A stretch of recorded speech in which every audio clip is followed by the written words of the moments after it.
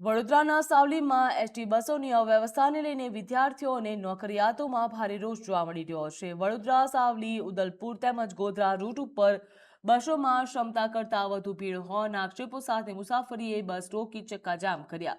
વિદ્યાર્થીઓનો આરોપ છે કે એક બસમાં 100થી વધુ મુસાફરો મુસાફરી કરતા હતા અને રોજિંદી અવરજવરમાં ભારે મુશ્કેલીનો સામનો કરવાનો વારો આવ્યો છે।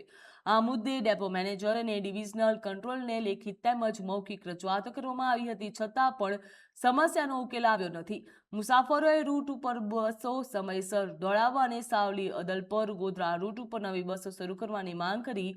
માંગણીઓને સ્વીકારવામાં આવે તો ઉગ્ર આંદોલન કરવાની પણ ચીમકી ઉચ્ચારવામાં આવી છે। લેટ આવે છે, બસ નાની પડે છે, પેસેન્જર ઘણા બધા અંટવાય છે। ત્રણ બસો હોવા છતાં એક જ બસમાં પેસેન્જર આવે છે, બીજી બધી બસો લેટ આવે છે। એની લેખિત અમે રજૂઆત આપી તો અમને ડીસી સાહેબે એવું કીધું કે અમે તમને અઠવાડિયાનો ટાઈમ મને આપો, ગાડી અમે તમને મોટી કરી આપીશું અને જે બીજી કાકણપુર બસ લેટ આવે છે એને અમે વહેલી કરી આપીશું। ઓર્ડર થઈ ગયેલા છે, આજથી ફોલો થઈ જશે, એટલે કે બીજા દિવસથી જ અમે કમ્પ્લેન આપી અને બીજા દિવસથી થઈ જશે।